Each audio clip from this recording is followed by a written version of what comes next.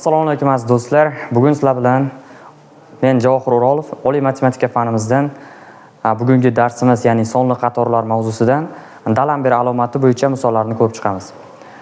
Ko'rib turganingizdek, mana birinchi misolimiz demak n 1 dan cheksizlikkacha bo'lgan va bu yerda n plus 3, 4, 5, 6 n plus 3 taqsim 2 n plus 3.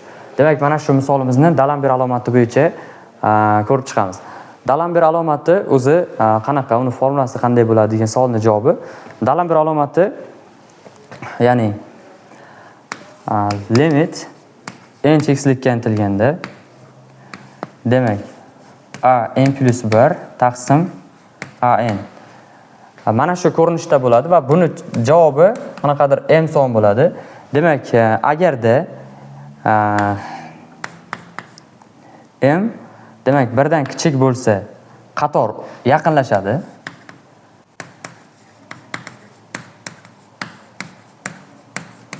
Yaqinlashadi deymiz. Agarda m 1 dan katta bo'lsa, qator uzoqlashadi.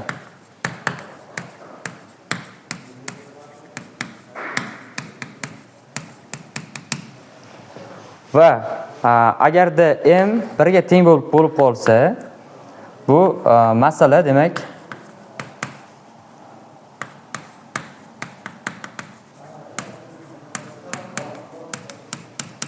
masala ochiq qoladi.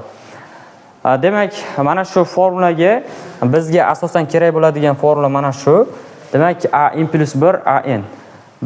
Biz bilamizki, mana shu ifodamizning o'zi, ya'ni n plus 3 2 n plus 3 deganimiz, demak a n ni o'zini beradi. Demak, biz hozir aniqlab olishimiz kerak bo'ladigan muhim formulalar, ya'ni a n nimaga teng o'zi? A n n plus 3 taqsim 2n plus 3. Demak, mana bu yonidagi 4 ko'paytirilgan 5 ko'paytirilgan 6 taqsim 5, 7, 9 ko'paytmalarga chalg'ib qolmaymiz. Chunki qiymat berganimizda, masalan 1 berganimizda 4 bo'ladi, 2 berganimizda 5 bo'ladi, 3 berganimizda 6, mana shunaqa ketgan. Pastda ham xuddi shunday, qiymat berganimizda 5, mana makrajda 1 berganimizda 5, 2 berganimizda 7, demak 9 shunaqa bo'ladi. Demak, bizda a n holatimiz mana shundan iborat ekan. Biz a n plus 1 ni topib olishimiz kerak. A indeksida n plus 1 ni topishimiz uchun mana n ga 1 qo'shib chiqamiz. Demak, suratimiz n plus 4 bo'ladi. Makrajimiz esa n plus 1 ni qo'yganimizda bu demak qanday ko'rinishga keladi? Mana n plus 4 taqsim ochib chiqqanimizda 2n plus 2 plus 3, ya'ni 2n plus 5 bo'ladi.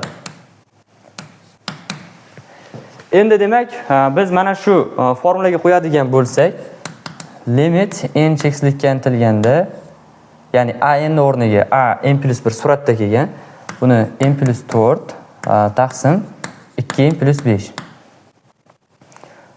Demak, makrajda, ya'ni a n bo'lganligi uchun bo'luv bo'ladi. Demak, buni ko'paytirish qiladigan bo'lsak, 2n surat makrajini o'rni almashganligi sababli 2n plus 3 taqsim n plus 3 bo'ldi. N plus 4. Demak, bu doskamizga siqmay qolar ekan. Keyingi sahifamizda ko'ramiz. N plus 4 taqsim 2n plus 5. Mana limit n cheksizlikka intilganda bu yerda nima bo'ldi? n plus 4 taqsim 2n plus 5. 4 taqsim 2n plus 5 ko'paytirilgan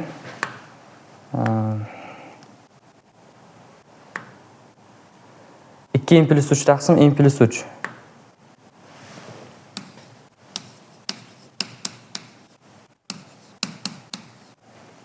Demak, buni ko'paytiradigan bo'lsak, yozib olaman. Limit n cheksizlikka intilganda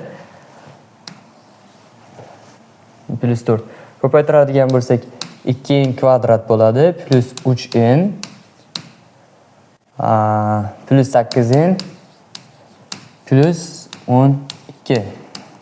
Makrajimizda esa 2n kvadrat plus 6n plus 5n plus 15. Demak, limit n cheksizlikka intilganda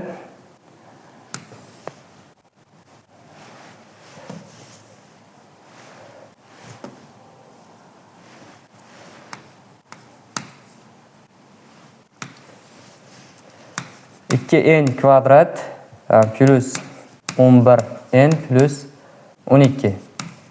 Mahrajimizda esa 2n kvadrat plus 11 n plus 15. Demak, mana limitga bog'liq ifoda hosil bo'ldi. Buni demak qanday yechamiz? Demak, mana shunday n cheksizlikka intilganda mana shunaqa ko'rinishdagi ifodalarni yechishimiz uchun biz mana bunday, ya'ni n ning eng yuqori darajasiga bo'lib yuboramiz.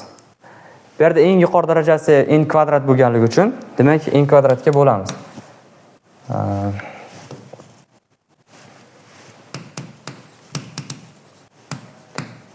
N cheksizlikka intilganda bo'lgan n kvadratga bo'layotganimizda 2 plus 11 taqsim n plus 12 taqsim n kvadrat bo'ladi. 2 plus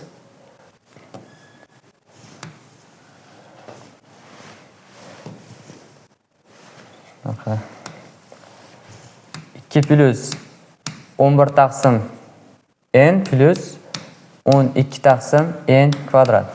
Mahrajda esa n kvadratga bo'lganimizda 11 taqsim n plus 15 taqsim shu yerda demak 15 taqsim n kvadrat bo'ladi.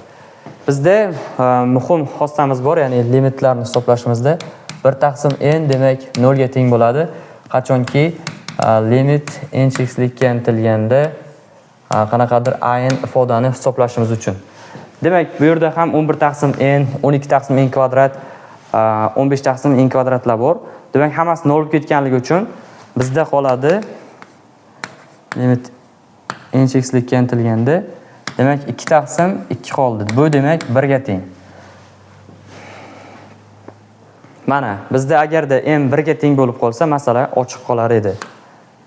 Demak, bizda n 1 ga teng bo'lib qoldi. Demak,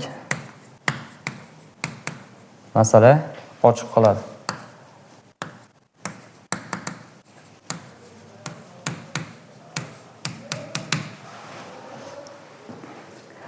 Demak, bugungi mavzu bo'yicha ko'rib chiqqan misolimiz tushunarli bo'lgan bo'lsa, keyingi darslarimizda ko'rishguncha xayr, salomat bo'ling.